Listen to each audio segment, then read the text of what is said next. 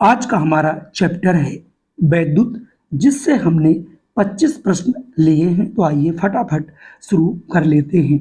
एक इलेक्ट्रॉन पर आवेश कितना होता है? चूंकि इलेक्ट्रॉन पे नेगेटिव 1.6 इंटू 10 की पावर माइनस 19 कूलाम का चार्ज होता है। तो यहाँ से ऑप्शन अगर आप देखेंगे तो आपको यहाँ से ऑप्शन बी वाला सही आएगा।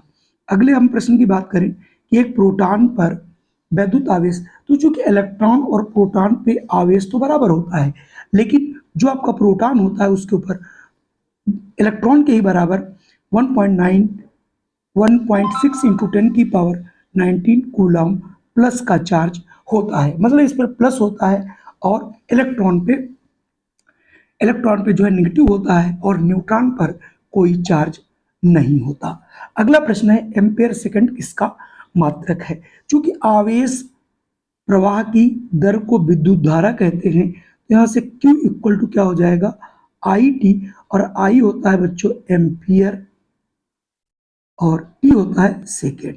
तो एम्पियर सेकेंड ऑब्वियसली कूलाम का जो है मात्रक होता है। तो यहाँ से देखिए कूलाम आवे, आपका ऑप्शन सी सही होगा। चलिए अगला प्रश्न है, एक वैद्युत बल्ब के फिलामेंट द्वारा 1 एम्पियर की धारा ली जाती है। फिलामेंट के अनुप्रस्थ काट में 16 सेकंड में प्रवाहित इलेक्ट्रॉनों की संख्या, यहाँ इलेक्ट्रॉनों की संख्या पूछी जा रही है। तो यहाँ पर देखिए आपको आई बराबर पता है और 16 सेकंड के लिए भेजी जाती है। तो यहाँ से अगर हम दो चीजें हैं, आपने पढ़ा होगा Q I equal to Q upon T, ठीक है।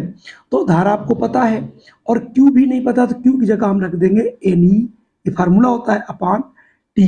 तो चूंकि यहाँ पर अगर आप एन बराबर निकालना चाहो तो क्रॉस मल्टीप्लिकेशन करोगे तो ये हो जाएगा आई टी इंटू ई, तो ये हो जाएगा आई 1 इंटू 16 सेकेंड के लिए है अपॉन, ये हो जाएगा 1.6 इंटू 10 की पावर माइनस 19, क्योंकि इलेक्ट्रॉन पे चार्ज यही होता है। अगर आप यहाँ से देखें तो एक काम आप और कर सकते हो, यहाँ से अगर मैं इसको हटाऊंगा, ये देखिए यहाँ एक बढ़ जाएगा 1 और ये 10 आ जाएगा।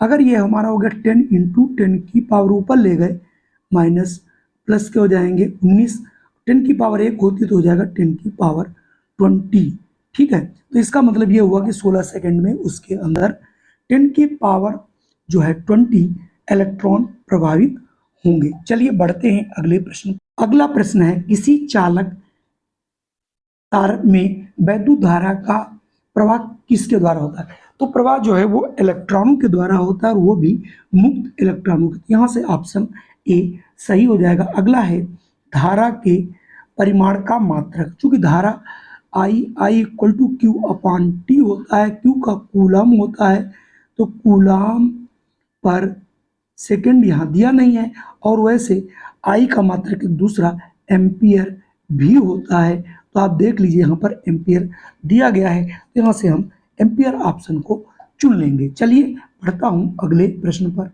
अगला प्रश्न भी न्यूमेरिकल है। लिखा है, यदि एक इलेक्ट्रॉन को अनंत से किसी बिंदु तक लाने में किया गया कार्य 64 जूल हो, तो उस बिंदु पर कार्यरत वैद्युत विभव क्या होगा?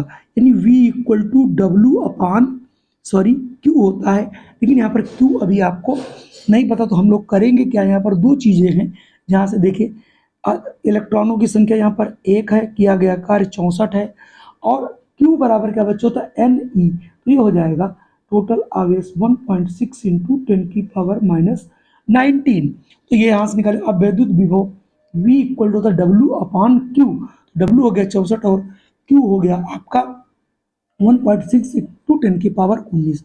जैसे ही आप इसको सॉल्व करोगे आ जाएगा 4 इंटू 10 की पावर 20 कूलम वोल्ट। तो आपका यहाँ से ऑप्शन जो भी मिल जाएगा, देखिए वहाँ से ऑप्शन ए वाला सही होगा। चलिए बढ़ते हैं। विभवांतर का मात्रक क्या होता है? बहुत बार प्रश्न पूछा गया है। तो विभवांतर सदैव वोल्ट मीटर में मापा जाता है, तो यहाँ इसका मात्रक होता है वोल्ट मीटर। अगला प्रश्न आपके सामने, निम्न में कौन सा ओम के नियम को व्यक्त करता है? चूंकि ओम का नियम क्या है कि जो उसमें विद्युत वो होता है विद्युत विभवांतर, वो आई के डायरेक्टली प्रोपोर्शनल होता है, V equal to I R होता है बच्चों। तो इसका मतलब यहाँ से आप कोई भी जो भी इसमें आएगा वो हम निकाल लेंगे, यानी V equal to I R अगर कहीं दिया हो तो वो भी सही हो जाएगा। तो विभवांतर equal to V equal to I R, ये देखिए ऑप्शन सी वाला सही है, चूंकि यही ओम का नियम है। चलिए बढ़ते हैं अगले प्रश्न पर। अगला प्रश्न है 10वां, ओम के नियमानुसार विभवांतर व धारा के बीच ग्राफ होगा। तो विभवांतर चूंकि V डायरेक्टली प्रोपोर्शनल I है, तो ज्यों ज्यों V बढ़ेगा वैसे वैसे I बढ़ेगा।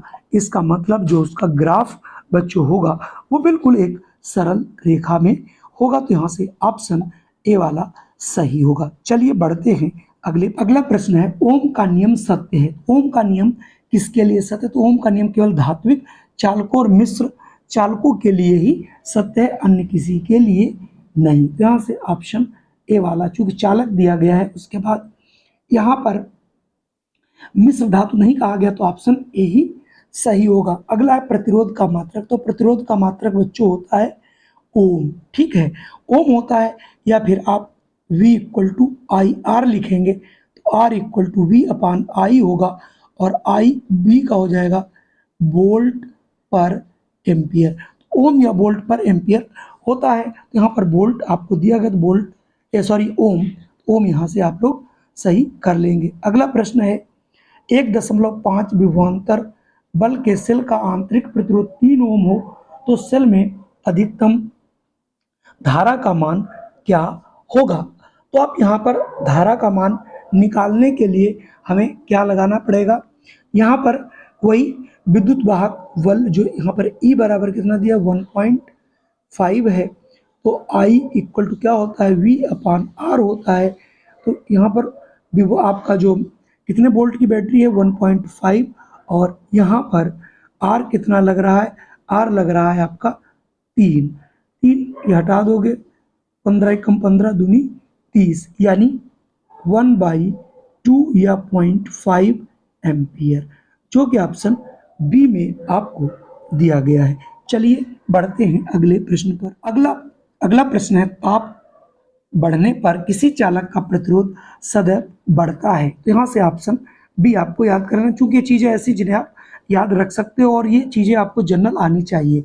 5 प्रतिरोधों जिनमें प्रत्येक का प्रतिरोध 1/5 ओम है, इनका उपयोग कितना करके कितना अधिकतम? तो जब भी आप अधिकतम के श्रेणी में लाते हैं तो इसको श्रेणी क्रम में जोड़ा जाता है, और अगर निम्नतम में लाया जाता है तो इसे समांतर श्रेणी में जो है आवेशों को प्रतिरोधों को जोड़ा जाता है। तो यहाँ पर चूंकि 5 है तो आप श्रेणी क्रम में क्या होता है R1 plus R2 plus R3 up to जितने जोड़ने हो।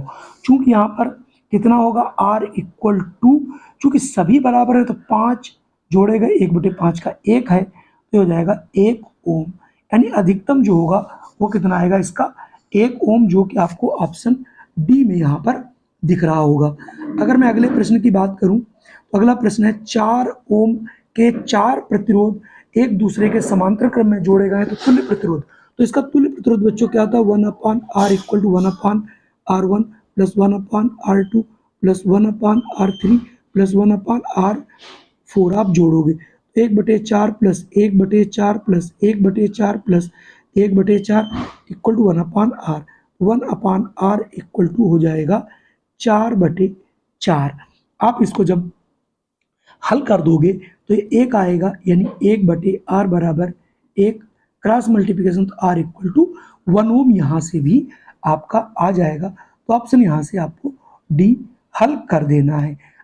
अगला प्रश्न है, निम्न परिपथ में ए व बी बिंदुओं के बीच तुल्य प्रतिरोध यानी कुल कितना प्रतिरोध लगेगा? आप यहाँ पर देख रहे होंगे ये दोनों समानांतर श्रेणी में, तो समानांतर श्रेणी का तुल्य प्रतिरोध होता है उनके रिवर्स के बराबर। हमने जोड़ लिया 1/1 प्लस 1/1 बराबर 1 प्लस 1 हो गया 1/r इक्वल टू 2। इसको जब हमने हल किया तो हमारा ये आ जाएगा r1 जा r यानी 2r equal to 1, r equal to 1/2 यानी 0.5।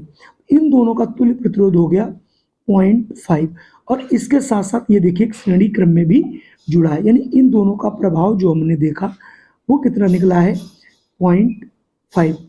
और अब इन दोनों का तुल्य प्रतिरोध कितना हो जाएगा, दोनों को श्रेणी क्रम में जोड़ देंगे। R बराबर R1 plus R2 0.5 plus 0.5 equal to 1 ohm होगा, जो कि ऑप्शन आपको सी मिल रहा है। चलिए बढ़ता हूं मैं अगले प्रश्न पर। अगला प्रश्न है, निम्न परिस्थिति में धारा I का मान क्या होगा। ये भी प्रश्न बहुत आसान है, जिसे आप बहुत आसानी से निकाल सकते हो। सबसे पहले इसमें दिए गए प्रतिरोध को हम लोग देख लेंगे, इसमें टोटल प्रतिरोध कितना लगेगा। तो ये चूंकि श्रेणी समांतर क्रम में है, तो समांतर क्रम का हो गया 1/r equal to 1/r1 plus 1/r2। ये हो जाएगा 1/2 प्लस 1/2 इक्वल टू 1। तो यहाँ से R बन जा R यानी 1 ओम का निकलेगा, और इसमें वोल्ट है 2 वोल्ट, तो इसमें I इक्वल टू क्या होता है, V/R होता है। V यहाँ पर 2 है, R 1 है, इसका मतलब 2 एम्पियर की धारा इसके अंदर बहेगी, जो कि ऑप्शन डी में बिल्कुल सही है। चलिए बढ़ते हैं अगले प्रश्न पर। अगला प्रश्न है, दो चालक तार जिनके पदार्थ लंबाई व्यास समान है, किसी वैद्युत परिपथ में पहले श्रेणी क्रम में और फिर समांतर क्रम में जोड़े जाते हैं। श्रेणी क्रम और समांतर क्रम संयोजन में उत्पन्न ऊष्माओं का अनुपात क्या होगा। पहले अगर हम श्रेणी क्रम में जोड़े हैं, तो आप इनका मान लो कोई 2 है तार, तो इनका R प्लस R बराबर 2R हो जाएगा। उत्पन्न ऊष्मा आपकी V स्क्वायर इंटू T/2R।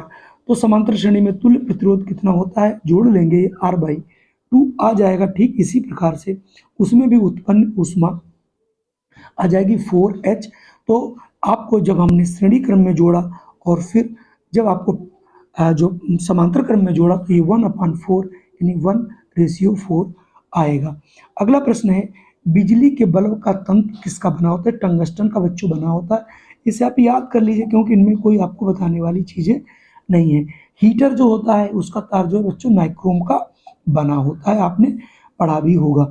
अगला प्रश्न भी देखिए आपके सामने है, 200 वोल्ट और 100 वाट बल्ब को यदि 100 वोल्ट पर प्रयोग किया जाए तो बल्ब की शक्ति क्या होगी। तो चूंकि यहाँ पर वोल्टेज कितना दिया गया है 200 और पावर है 100, तो यहाँ से शक्ति P इक्वल टू V/R लगा देंगे यहाँ से। जैसे तो यहाँ से आपका जो प्रतिरोध है वो निकलेगा 400 ओम का।